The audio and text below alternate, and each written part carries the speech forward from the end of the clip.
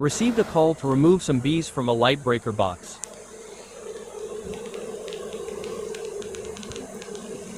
Looks like these ladies have been here for quite some time.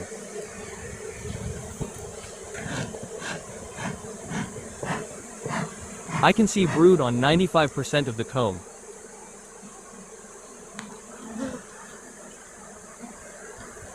That tells me it is a healthy queen in the hive.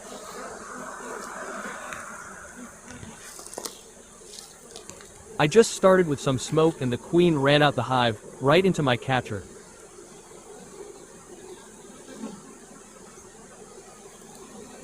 First time finding the queen so fast, that makes the job a bit easier. Now all I have to do is smoke the bees upward and they all will march into the box. I realized I had to get a deep box.